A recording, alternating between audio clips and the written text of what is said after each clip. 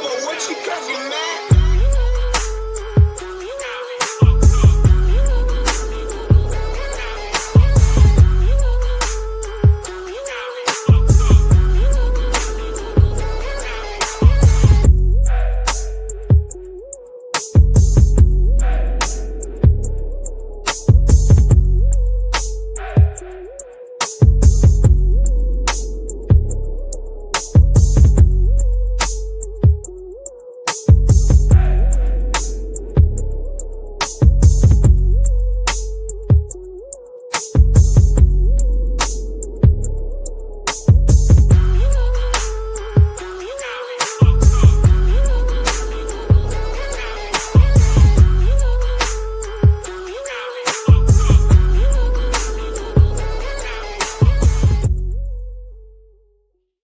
Good morning, everybody. Happy Tuesday. Welcome to Iron Minds. We got the full crew today.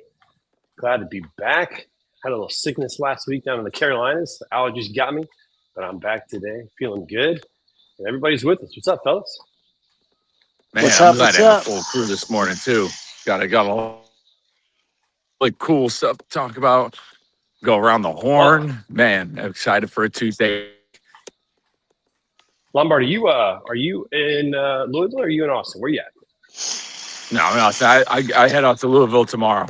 Tomorrow. That's right. I got Matt's this week over in Louisville, Kentucky. What time's your flight? Lombard? Are we going to fly together?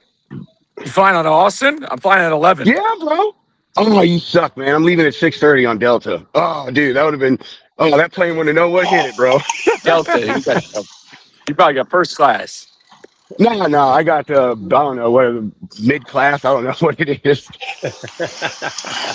I ain't first class rich yet. That's right. That's right. What's up, Corey? Good morning, buddy. I got Matt's going on this week. I'm actually going to miss Matt's this week. I'm going to stay home because I want to spend one more time with my daughter who's a senior. She's got 8 weeks of school left, and she graduates. And, man, just unbelievable, dude. Unbelievable. I still can't believe it. It's wild. So, sadly, I'm going to miss it this year, but one of my favorite shows to go to. Man, well, you and I can have the Matt's Fit Rejects show again this year for those of us who aren't going to be there. FOMO. Yeah, we'll just FOMO. I remember that show last year. That was a good one. What was it? Was it called the Land of Matt's Rejects? And that's what you called it? It was the Matt. I think it was John Leroy who actually named it, but it was the Matt's Fit, like Misfit, yeah. The Matt's Fit. Yeah. Yeah. Pretty wild, but gonna be a good show. Lombard, you got the truck parking club in full effect. You guys gonna have the Cybertruck on site? The Cybertruck's there. The cab over is gonna be outside. Yeah, nice. It's full court press this year. We're really looking forward to it. So many good things have happened. So many good things on the truck parking club front. I mean, like just as in this past week alone, just on the speaking of truck parking club, we have a driver I know. We just had a location open up right by his house, and he's a home weekly guy. He needed a monthly booking. He lives in North Carolina. It's tough. It's tough for him taking risks and stuff when he's home. In North Carolina, it's tough with towing and everything. And hearing that, and then same thing with another gentleman. He's having a location like a somebody he knows, a property owner who's coming online, who's really motivated to come online. That'll be his spot when he comes home, and it's just more every single day. There's like a new win of somebody who's just like, something saving them one way or another. So it's gonna be exciting. We can't wait to talk to like all of our customers there, connect with all the drivers, and again, it's just one of the best community events I think in the industry. I think it's well needed with all the fuel prices, everything going on with. Rates are what they are. They're probably going up, but fuel prices, I think, are throwing everybody for a ding. And I think it'll be good for everybody to get out of their own heads and get together, break some bread, and have a good time. Pat O'Shea's Thursday night. If you're in Louisville, come through. Dude, can't beat Pat O'Shea's on Thursday night. Maybe a little karaoke down on Main Street or there we Third go. Street. Wish I could be there, man. That's a great little dive bar down there on Main Street. But yeah, man, it'll be good to get everybody together and spend time together. Truck Parking Club. Now, you guys crossed over 3,000 locations on your way to 10,000. Is that right? Is that where we're at? Oh, we're on our way to 4,700. excuse me, 4,700 on your way to 10,000. So Yes, sir. nice. 10,000 by December 31st. Let's go. That's awesome, dude. That's cool. Man, we were out in the RV and I saw so many exits at night with just littered with trucks just on the exits ramps, entrance ramps. And man, every time I see that, man, I just think, gosh, I can't believe we don't have enough parking for trucks. We haven't figured this out. Yeah. Yep, we're big on ending ramp parking. Yeah. I mean, it's kind of crazy because right now they're going all the way to the starting ramp. And, if you're taking that exit or whatever, like it's just chaos, man. It's absolute chaos. So. And it doesn't, at the end of the day, and I get it, there's people, hey, I've been driving X number of years. I don't pay for parking. Look, that's good. We're not looking to take that away from somebody. That's good for them, like all about it. But, from the driving standpoint, if you're on an on-off ramp, you're not getting good sleep. Not only is it over 4,000 accidents per year, it's 55 fatalities, but your sleep quality on the side of the road, because I've had to do it. I've done it twice, park on a ramp. You don't even sleep. It's almost like you're in this this fever dream kind of thing, like when you're trying to sleep on a ramp. Yeah. And what's crazy to me too is I also see a lot of rest stops that are no longer functional. So like there's room, there's property where you could get a good night's sleep and they're not even functioning anymore. The state governments have not kept up with them or whatever. I mean, there's still, and it blows me away. There's still a lot of land on the sides of these highways to put rest stops, to put things in. But man, government just doesn't seem interested in doing it. Morning, Bobby.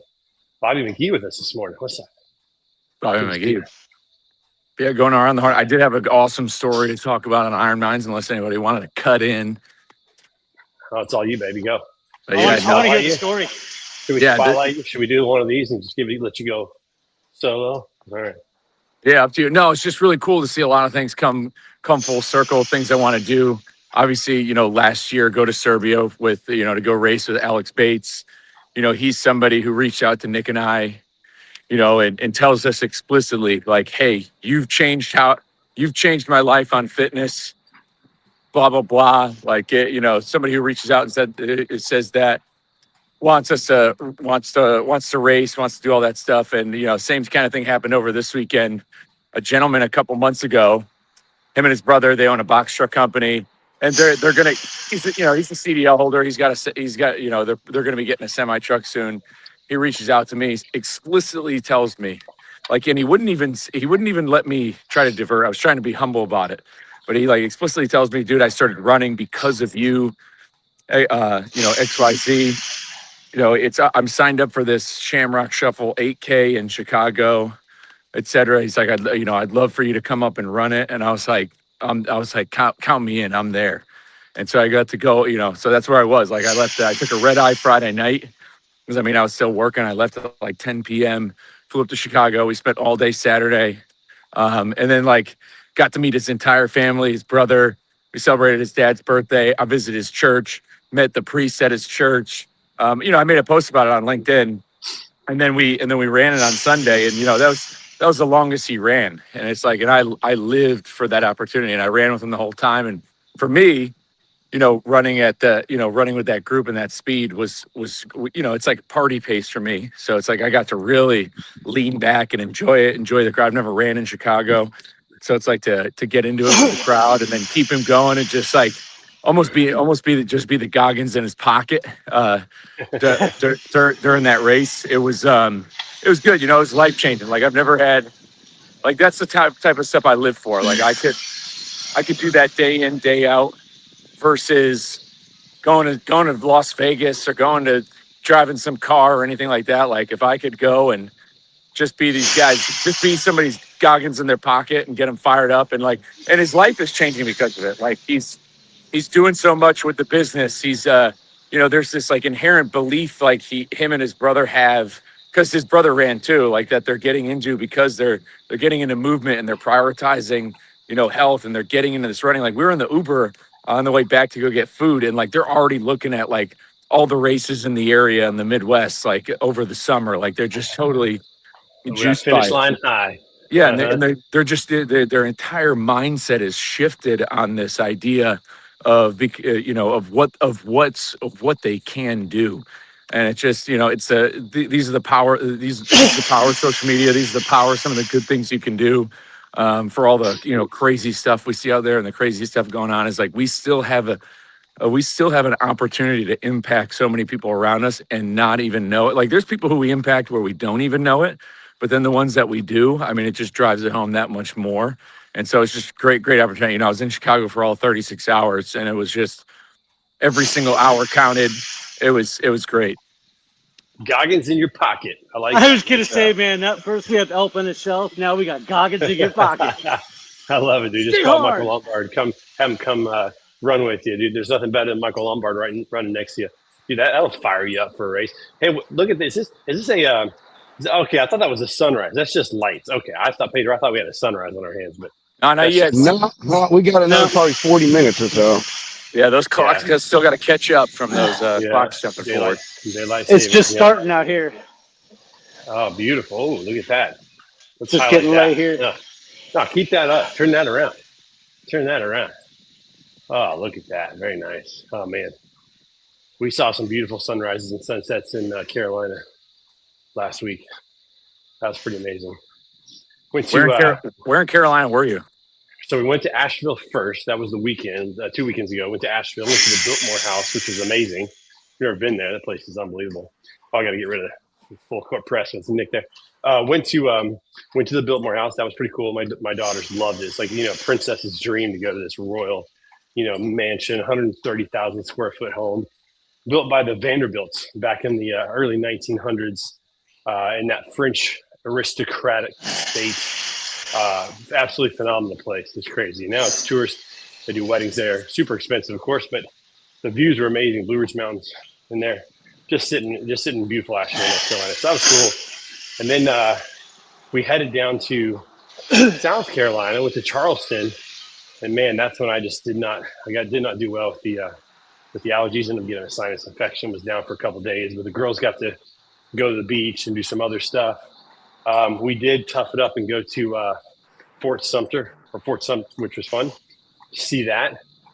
Didn't know this. It's pretty crazy. 40% of all the slaves that were in the United States came through Charleston, South Carolina. Like it was like the hub. It was like the center. There's a lot of history around that. Went to Boone Hall Plantation and just saw the history from all that. So that was pretty wild to see. Another interesting fact about Charleston I did not know is that Charleston's downtown area doesn't look like a downtown area. It doesn't have sky rises, doesn't have big, tall buildings. In fact, the tallest building we saw was 6 stories. Most of them were 3 stories. So it was very flat. Also, no congestion with population in the downtown area. So no traffic, very easy to walk, cool little restaurants. It was interesting. It was pretty cool to see. So we got to see that. And then on a weird twist of fate, my good friend JD Gravina, who's the head women's basketball coach at Western Illinois, they made the tournament this year, and they just so happened to get paired with North Carolina for the first round. So on Friday night, they played in Chapel Hill. So we went back up to North Carolina, went to Chapel Hill, watched them play, got to go to Duke and see Duke University. That was pretty cool. And then we made the trek home. So it was fun little tour. And that's cool. Got to get a little NCAA tournament action. Some March Madness going on. March Sadness for some. Glad UConn's still in it. Always good to see. Yeah, both UConns are still in it, which is good to see. So the women's tournament though, it's hard for the lower seeds to win. It's just there's no parity in women's basketball like there is in men's.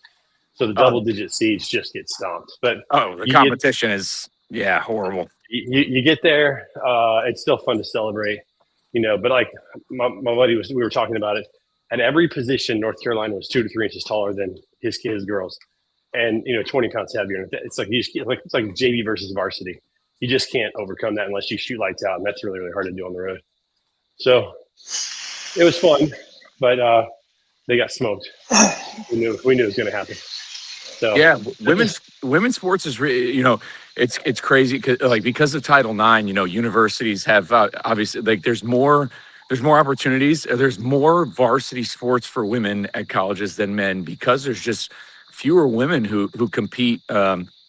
Who compete in sports, so they have to add more varsity teams. So it gives them variety. So I mean, not only do you just have, the women, like if you want women to compete at your school, I mean, they kind of have a pick of the litter, and you figure in high school, if you're a girl in high school, a lot of people I knew were two or three sport athletes or something. If they're going to play one in college, they're going to play their favorite, or they're going to play the team that they make, and because it's hyper competitive. So yeah, it's a whole different competitive field for women's sports, especially basketball.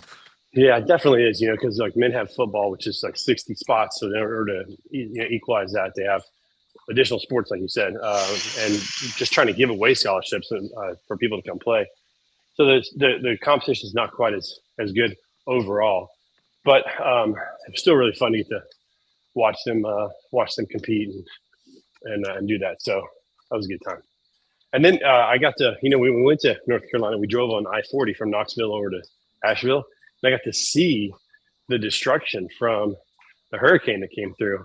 They're still working on 40. It's open, but it's like, down to one lane each direction in many places.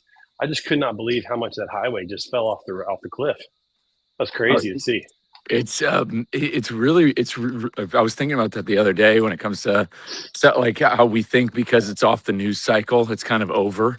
And it's like, no, people are still real. And just like the floods from Texas last year, like, I mean, there's still areas of central Texas and stuff that are still reeling from those 4th of July floods where, Yep. I mean, you had that camp where the girls can't, that camp where those, kids had passed away. I mean, absolutely insane, but just because it's fault, but we live in that 24-hour news cycle and it's on to the next, tragedy.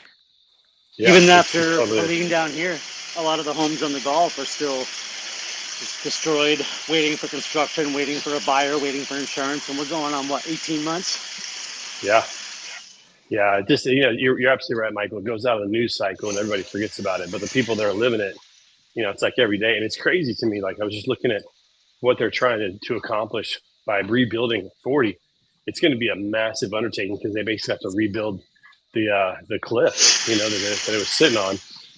So much of that fell into the riverbeds, and it's not a short cliff. It's like 100-foot cliff they're having to rebuild to build that. They'll probably put a bridge in, I would imagine, on parts of it. But yeah, it's pretty wild. Pretty crazy. See that?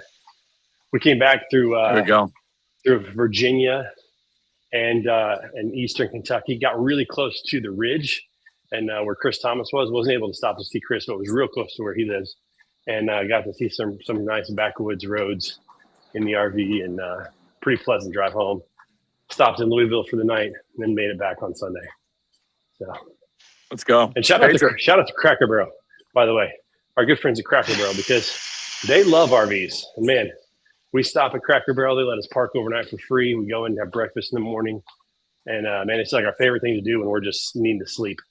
So Cracker Barrel is the way to go if you have an RV. Nice. Pedro, what's happening with you, man? What's going on the Pedro front? Oh, hey, man, I'm just, like the majority of people this week, getting ready for match, man. It kicks off things for us here at the lounge. Also our biggest event, man, and always got a lot of cool things planned, and just focus on that, and I guess the forward looking a bit season, right? Because I said this, for most people, match kicks off everything, whether it be in convention, truck shows. There's a little small ones before this, but this is the big daddy, man, and just living life. Other than that, man, feeling good. Just going through the paces, man. I don't have really any exciting news or nothing. Just living life, man. Putting money in my bank account, paying Uncle Sam, paying my bills, and just glad I'm opening my eyes every day. Right? Pedro, where are you guys broadcasting from at Matt's? So we actually are we rented a room. It is going to be C107. So it's going to be on the same hall as the Pro Talks. And we're going to do live shows on Thursday and Friday from 10:30 to noon Eastern. So we were going to do it at our booth, but last year it was pretty chaotic and we got talked to about it. We had like the aisles jammed. We had the aisles jammed up, man, and it just created a thing. So we were like, hey, maybe we should just rent a room. And so that's what Freight Ninja did, man. But dude, we're going to have amazing time, man. I've got I mean, we've got, let me see, we start off with Freight Ninja. We got Rob Carpenter and Sam Watts going to start everything off with the safety guy shootout. So we're going to see who wins there. And man, we've got people like Long Haul Paul, we got Van Brown, you got Bobby McGee, Steve McGee, we got Racetrack coming on. I mean, dude, just got tons of folks, man. We're going to have a good old time, just hang out and enjoy Matt's, right? Love it, dude. Love it, man. That's awesome. That is awesome, dude. Very cool. Yeah, I'm very looking cool. I know, you know, kind of, it's always kind of a little wrench in the machine. It's because, you know, this I'm on a really great training block for the Ironman race. My friend Jake, you know, he's been dabbling into programming, so he's programmed something for me on Training Peaks. I've been following because I got this indoor trainer, and it's one that goes on like you know, the back tire comes off, the chain goes on a cassette. So the you know, there's like designed workouts, almost like a Peloton in a way, where you don't have to shift gears on the bike. It changes automatically. So you're able to do these like designed great workouts on this trainer. So I've just been getting so much more. My bike time has gone so much higher compared to the last couple races I've gotten, where most of, you know, my primary rides were outside. But I have no worries going into Matt's, because I know I'll at least get 1 or 2 runs in the morning, depending on what time we have to be there. But like, you're just guaranteed, you're on your feet like that. Nothing beats that time on feet, especially already being where you're at and getting 20 to, you know, 20, 30,000 steps a day. And just knowing you're absolutely, you know, locked in for days, like both mentally and physically. It's its own, like, Matt's is its own endurance event in itself. And so it's like, once I flip my brain to where, oh yeah, I'm going to be off my routine, instead of just like, okay, just going to move when I can, have some fun and enjoy it. Like, I had a pretty, you know, crazy, you know, high speed week last week, deload now, hit the hammer a bit again next week. So I'm just excited for an opportunity to just be on my feet and talk to as many drivers as we can, and just stay active and stay moving and really take it in. Like, this year at Matt's is gonna be really great. We just know so many more people, and I just can't wait to see a lot of people and have some conversations with them, especially about you know, talking up Iron Minds a little bit, what we're doing. You know, I'd say these past several months I've gotten a lot of engagement on LinkedIn about health and fitness stuff, especially with everything going on with Project 61. Yeah, there's just some more buzz around this conversation. The buzz keeps growing around this conversation, around the idea, you know, around longevity, about like what matters the most in life. And I think people are starting to kind of wake up to that stuff, especially with, you know, everything going on in the world. I mean, we got a fresh new war in the Middle East. I mean, it's World War now, right now. You know, we got a lot going on throughout the world. I think it's a good time for, if we're not under it, if there's not bombs dropping on us, we got to be doing what we can to live the lives we want.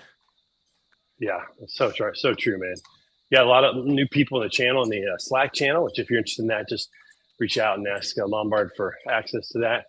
But you're right, man. A lot of people are waking up to what, I love what you said, what matters most.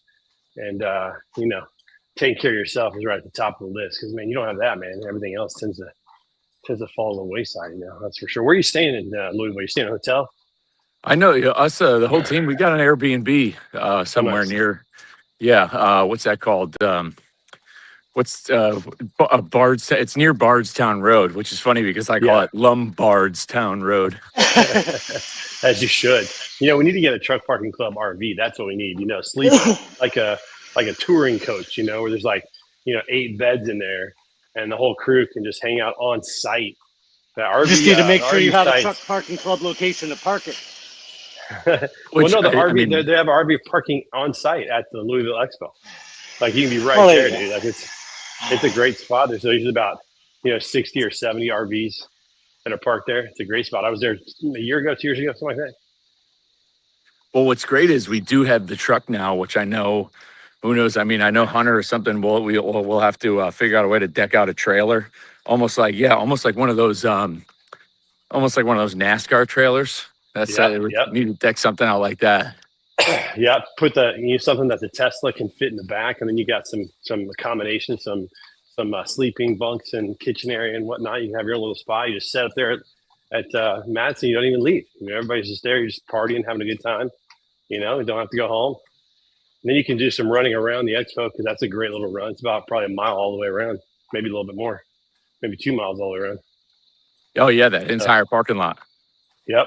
It's a good spot, that's for sure. So, yep, it's all good. All right, we're coming up on the bottom of the hour. And, folks, listen, most important thing, find your group, find your tribe, find your people. As iron sharpens iron, so one person sharpens another.